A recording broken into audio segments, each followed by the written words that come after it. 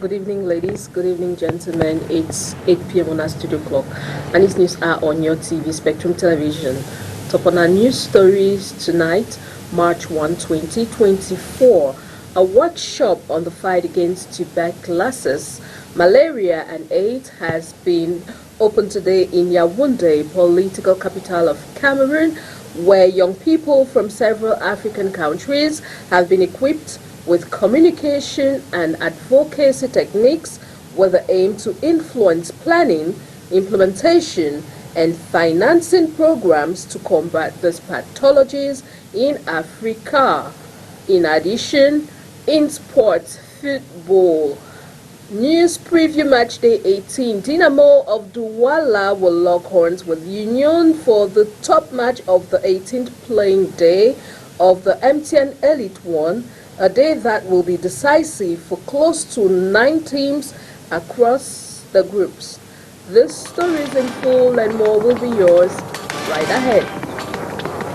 Thanks for joining in, ladies and gentlemen. You're welcome to the 8 p.m. Baringo Primetime Newscast on your TV Spectrum Television. And we'll kickstart right away, and it's in the French language. And it's with you, Makeda Newton. Bonsoir. Bonsoir Christelle Assex-Ouellet, mesdames, messieurs, bonsoir et bienvenue dans ce journal bilingue. Santé pour démarrer un atelier sur la lutte contre le paludisme, la tuberculose et le sida s'est ouvert ce jour à Yaoundé. Il est notamment question d'outiller les jeunes venus de plusieurs pays d'Afrique sur les techniques de communication et de plaidoyer en direction des leaders et des décideurs. Plus de précisions avec vous, Inès Pangan à Yaoundé. Elle se fait de plus en plus une place dans le monde et particulièrement dans les médias. Le montage vidéo, la rédaction d'histoires, la génération de voix et de scripts, l'analyse de contenu vidéo ou encore la synthèse vocale, des tâches facilement assurées par l'intelligence artificielle dans différents médias. Un avantage certes, mais qui peut cacher des pièges pour le journalisme et des principes de base qui le définissent. Si les bonnes pratiques ne sont pas mises à contribution, nous allons connaître des dérapages énormes. Et vous savez, hein, ce n'est pas nous qui l'avons dit. Les anciens avant nous ont parlé de science sans conscience n'est que ruine de l'âme. On pourrait se retrouver devant des situations difficiles si l'intelligence artificielle n'est pas maîtrisée, surtout si on donne à la machine la possibilité de créer des données elle-même. Pour faire face à ces menaces, c'est le deuxième pays le plus touché par le paludisme en Afrique et le troisième au monde. Les chiffres de l'Organisation mondiale de la santé estiment que 11% de cas de paludisme recensés en 2017 dans le monde l'ont été en République démocratique du Congo. Les jeunes, que ce soit dans ce pays d'Afrique centrale ou dans l'ensemble du continent africain, sont les plus touchés par cette pathologie. Les jeunes sont l'un des groupes vulnérables les plus affectés par le paludisme, la tuberculose et le VIH-Sida. Et donc, à un moment donné, on estime que qui de mieux pour faire le plaidoyer pour la lutte contre ces trois maladies que les principales personnes qui sont affectées. Donc, il est très important que dans les programmes de lutte contre le paludisme, la tuberculose, le VIH-Sida, qu'on ait la voix de ces jeunes-là, parce que ce sont eux qui vivent les réalités de ces maladies au quotidien. Conscient de leur vulnérabilité, cette cible veut agir dans la lutte contre le paludisme et aussi contre le sida et la tuberculose. L'action passe par un plaidoyer en direction des leaders et des décideurs qui travaillent à la planification, la mise en œuvre et le financement des programmes de lutte. On implique la jeunesse à travers les 26 provinces de notre pays. Comme vous connaissez, la RDC, c'est un immense pays. Et la jeunesse occupant une grande proportion de personnes au niveau du pays, nous nous sommes organisés afin d'aider notre gouvernement, notamment par ces actions de plaidoyer, de sensibilisation pour le changement des comportements et arriver à l'élimination du paludisme. Le sujet est au centre de 4 jours de formation. Une dizaine de jeunes en présentiel et une centaine en ligne sont outillés sur les techniques de communication orale et de plaidoyer pour la lutte contre le paludisme, le VIH-Sida et la tuberculose. Aujourd'hui, la jeunesse est très technologique. Ça peut être des campagnes sur les réseaux sociaux, ça peut être des messages ou des moments de plaidoyer durant des événements de haut niveau où les dirigeants africains sont réunis. Donc ça peut être des lettres de plaidoyer et plein d'autres outils à leur disposition qu'ils apprendront durant cet atelier. La cérémonie d'ouverture, c'est ce 1er mars 2024 à Yaoundé. Un atelier qui est à sa 4e édition. C'est le 2e pays le plus touché par le paludisme en Afrique et le 3e au monde. Cooperation Cameroon-European Union. 6 ambassadors of the European Union have discussed cooperation ties between Cameroon and the European Union at the Chamber of Commerce, Mines and Industry in Douala. Details with you, Onila Donette. Reinforcing cooperation ties between the European Union and the Cameroon private sector is the reason behind the visit of 6 EU ambassadors to the Cameroon Chamber of Commerce, Mines and Industries on Thursday, February 29. There are 6 ambassadors here, the Belgium led by the ambassador of the European Union.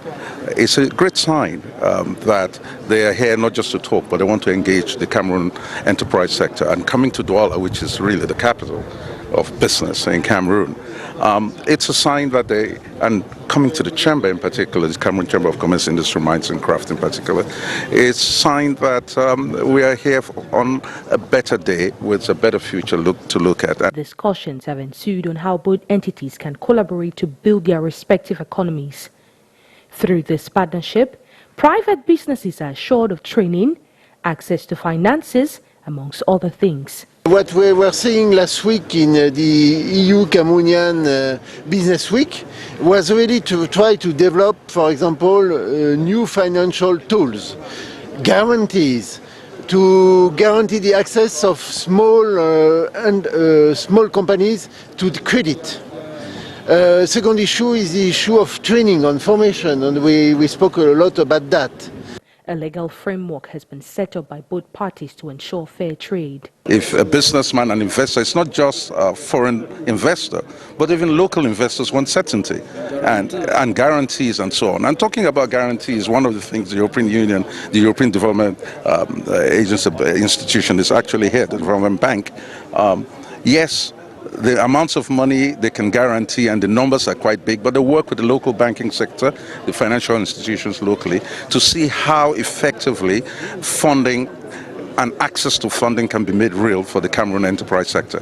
Since the Interim Economic Partnership Agreement approved in 2013, the EU has been Cameroon's leading trade partner. Exports from the Central African country directed towards the European markets are estimated at 47%, with imports accounting for over 30%. La journée internationale des droits des femmes se célèbre le 8 mars prochain. Thème retenu cette année au Cameroun, investir en faveur des femmes, accélérer le rythme. À quelques jours de cette célébration, comment les femmes comptent s'organiser? À Yaoundé, Inès Pangan et Dieudonné Niassan ont posé la question à quelques-unes. Écoutez leur réaction dans ce reportage. Le 8 mars approche à grands pas et les femmes organisent déjà des festivités pour marquer cette journée dédiée à elles. Entre autres, celles qui pensent commencer par l'achat du pain. Je vais payer le pain du 8 mars parce que cette année, vraiment, j'ai vu la couleur m'a beaucoup plu. On a bien sorti ça cette année. Je vais payer, je veux sortir. Je vais sortir avec quelques amis, inviter tous les gens que je connais, peut-être mon mari, beaucoup de gens. Que Dieu me donne l'argent. Celles qui programment des moments de détente entre copines. Je vais sortir avec mes copines. On peut prendre un pot, comme tout le monde, et rentrer à la maison, c'est tout. Je peux prendre un pot aux heures normales. Je rentre, sachant que demain, je dois reprendre mon service. Je ne pars pas au-delà. Et celles qui disent ne pas se sentir concernées par la célébration de la Journée internationale de la femme, telle qu'elle est pensée par plusieurs. Elles remettent en question le pain fabriqué pour l'occasion et les valeurs qu'il communique. Pour moi, mon opinion vis-à-vis de ce pain ça ne donne pas en fait. Le message qu'on est en train de passer sur ce pain ne m'enchante pas. C'est comme si on était en train de vouloir rivaliser avec des hommes. Parce que moi, je sais une seule chose, c'est qu'on doit laisser la place de l'homme à l'homme et donner la place de la femme à la femme. Par rapport à la fête du 8 mars, moi, ça ne m'intéresse pas bien. Ça ne m'intéresse pas trop, puisqu'il y a beaucoup de choses qui se passent. Bon, ce n'est pas seulement parce que tu vas avoir le pain que... Donc, parfois, ils n'achètent pas le pain. Donc, ça ne m'intéresse pas. Pour moi, tout cet argent-là pour acheter un pain à 15 euros, mais vraiment, je préfère acheter autre chose avec. Faire autre chose avec, acheter un autre habit qui est un peu parti, donc personnel, quoi. Parce que déjà, quand je prends 15 euros, je dépense pour un pain, un seul pain. Et tout le monde a déjà le pain là. Je ne peux pas mener ça quelque part. Je veux donc quelque chose pour moi, toute seule. Et par conséquent, aucune activité extraordinaire ne meublera cette journée du 8 mars 2024. Je n'ai pas l'intention de sortir avec des copines ou sortir avec des amis ou faire quoi que ce soit pour correspondance, cette fête-là. Je suis à la maison. Bon, si j'ai peut-être que si une amie m'invite ou bien, je peux partir, mais c'est pas, pour moi, c'est pas une obligation pour moi. Le thème retenu pour la 39e édition de la Journée internationale de la femme est investir en faveur des femmes, accélérer le rythme. Away from our local stories, we now take on our international stories, and this time with our international partners, the Voice of America. Annie Shemla has never had an abortion, but she has fought for those who did. She's just published a book about her experience as an abortion rights activist in the early 1970s. L'avortement était illégal en France. Abortion was illegal in France. Many women were helped by other women to have dangerous abortions with knitting needles, or paid a lot to doctors to perform it, or went to Britain or the Netherlands where it was legal. Abortion was legalized in France in 1975 under what is known as the Veil Act after the Holocaust survivor and French health minister Simone Veil. There have been improvements to the legislation since. There has been no serious effort to overturn the French legislation, but supporters of legalized abortion worry it could happen after the United States Supreme Court voted to overturn a half-century-old court decision guaranteeing abortion rights, commonly known as Roe v. Wade. Some U.S. states have since largely banned or curtailed abortions. Alors, le fait que l'arrêt... The fact Roe v. Wade was overturned was a shock for us, because we thought if it's possible in the USA, then it's possible in France. Last year, French President Emmanuel Macron pledged to include abortion rights in the Constitution. Exprimé 317 pour 267 contre 50, le Sénat a adopté. On Wednesday, French senators passed a softer measure, guaranteeing the freedom to abort after the lower chamber passed the same legislation in January.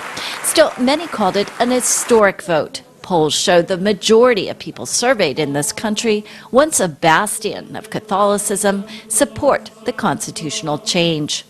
The Vatican has criticized it. Anti-abortion activists warn it's a dangerous move. The law legalizing abortion clashes with other liberties, the right to life, the right to the clause of conscience, the right to free expression. We think there must be other options than abortions. Feminist Annie Shemla worries that even in the Constitution, abortion freedoms could be rolled back someday. The fight for her and for those on both sides of the abortion debate isn't over. Lisa Bryant, VOA News, Paris.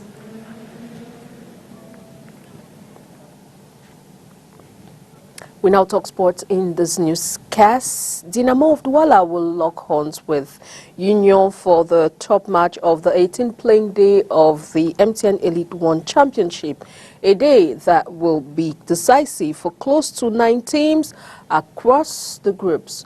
Onila Donet tells us more.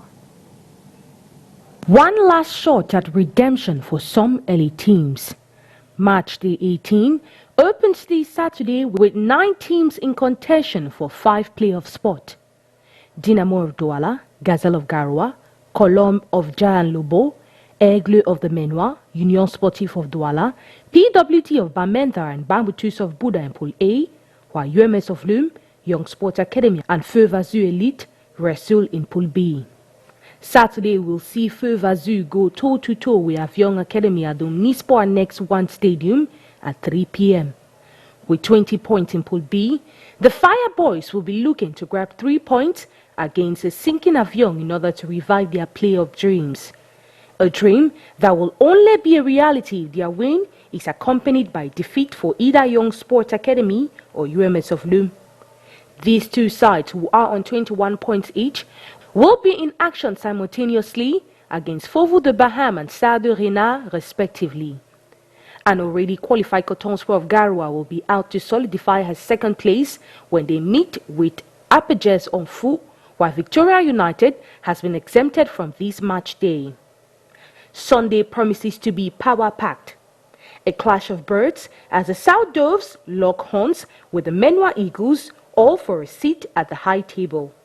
With just 1 point separating the two, one can anticipate a history-making moment for both teams, especially after a dramatic group outing.